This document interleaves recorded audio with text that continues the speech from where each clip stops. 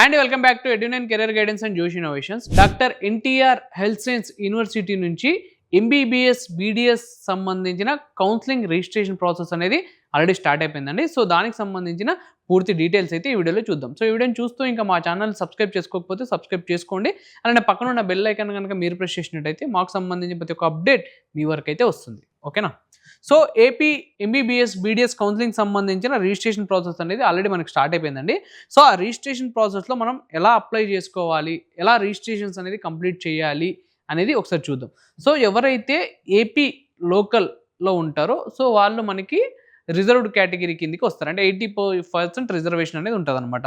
So ఎవరైతే all India quota అంటే ఇప్పుడు 15% ఉంటుంది అనమాట ఆల్ ఇండియా కోటాకి. సో మనం స్టేట్ కోటాకు సంబంధించిన రిజిస్ట్రేషన్స్ అనేది సపరేట్ చేసుకోవాల్సి ఉంటుంది. ఆల్ ఇండియా కోటాకు సంబంధించిన రిజిస్ట్రేషన్స్ అనేది మనం సపరేట్ చేసుకోవాల్సి అయితే ఉంటుంది అనమాట. సో ఇప్పుడు ఈ రిజిస్ట్రేషన్ ప్రాసెస్ సంబంధించిన డెడ్ లైన్స్ ఏంటో ఒకసారి చూద్దాం. సో రిజిస్ట్రేషన్ ప్రాసెస్ అనేది మనకు ఆల్రెడీ ఆగస్ట్ 5th 5 PM నుంచి అయితే ఆల్రెడీ స్టార్ట్ అయిపోయిందండి. ఇప్పటికి చాలా మంది రిజిస్ట్రేషన్స్ కూడా కంప్లీట్ చేసి ఉంటారు. సో ఈ రిజిస్ట్రేషన్ సంబంధించిన డెడ్ లైన్ వచ్చేసి మనకి ఆగస్ట్ 12th 9 PM వరకు అయితే డెడ్ లైన్ ఉంది. ఈలోపు మీరు రిజిస్ట్రేషన్ ప్రాసెస్ అనేది కంప్లీట్ చేసుకోండి.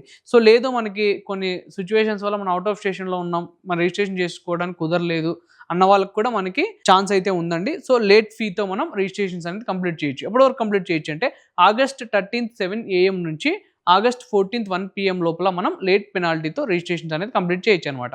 సో ఈ రిజిస్ట్రేషన్ సంబంధించిన ఫీ ఎలా ఉందో ఒకసారి చూద్దాం. సో ఈ రిజిస్ట్రేషన్ సంబంధించిన ఫీ ఎలా ఉందంటే, సో ఎవరైతే ఓసీ బీసీ కేటగిరీ వాళ్ళు ఉంటారో సో వాళ్ళు 3000 రిజిస్ట్రేషన్ ఫీ అనేది పే చేయాల్సి ఉంటుంది.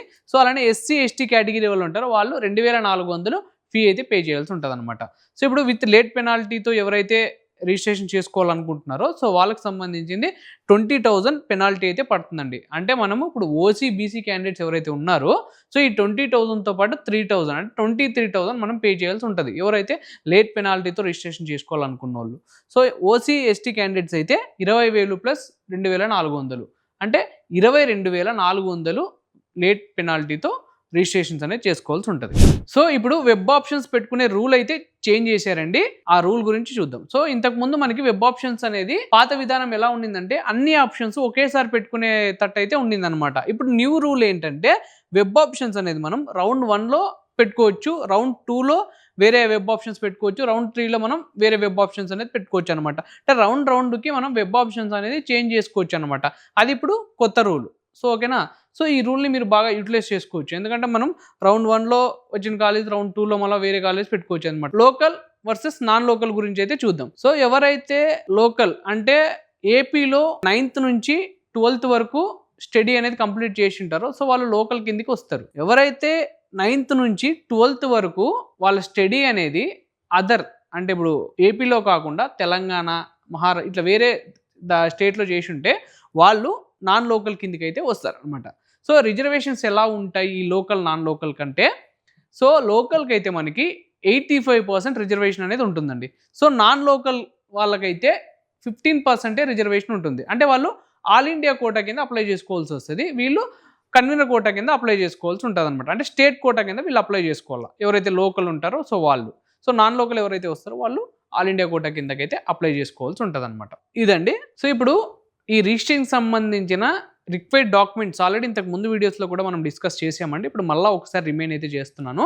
సో మనకి ఏ డాక్యుమెంట్స్ కావాలంటే నీట్ యూజీ స్కోర్ కార్డ్ అనేది మనకి కావాలి, అది స్కాన్ చేసి పెట్టుకోండి. SSC memo and inter memo, ఇంకొకటి స్టడీ సర్టిఫికేట్ 6th నుంచి 10th వరకు సంబంధించి స్టడీ సర్టిఫికేట్ కూడా స్కాన్ చేసి పెట్టుకోండి. టీసీ ట్రాన్స్ఫర్ సర్టిఫికేట్ కూడా స్కాన్ చేసి పెట్టుకోండి. స్కాన్ చేసుకున్న తర్వాత ఈ ఫైల్ సైజ్ ఎంత ఉండాలంటే మనకి మ్యాక్సిమం 500 KBలో ఉండేటట్టు అయితే చూసుకోండి. ఎందుకంటే 500 కన్నా ఎక్కువ ఉండింది అనుకోండి ఆ ఫైల్ అనేది యాక్సెప్ట్ చేయదనమాట. కాబట్టి మ్యాక్సిమం 500 కన్నా తక్కువ ఉండేటట్టు ఇవన్నీ స్కాన్ చేసేసి ఒక ఫోల్డర్లో అయితే పెట్టుకోండి. అంటే రిజిస్ట్రేషన్ చేసుకునే ముందు ఇవన్నీ రెడీ చేసుకుని అయితే పెట్టుకోవాలన్నమాట.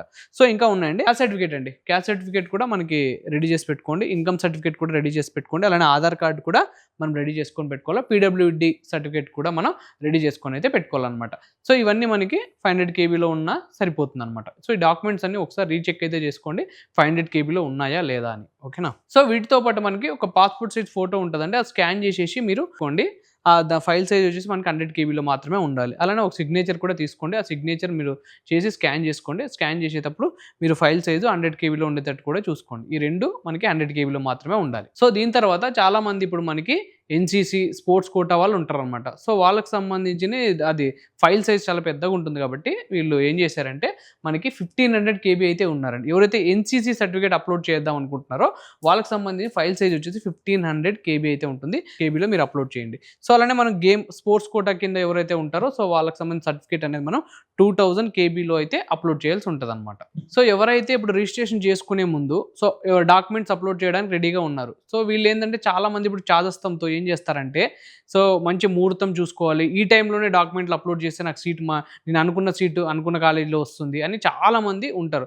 సో వాళ్ళందరూ ఇవన్నీ పక్కన పెట్టేసేయండి. ఎందుకంటే రిజిస్ట్రేషన్స్ మనం ఎంత త్వరగా చేసుకుంటే అంత బెటర్ అనమాట. చూసి జాగ్రత్తగా.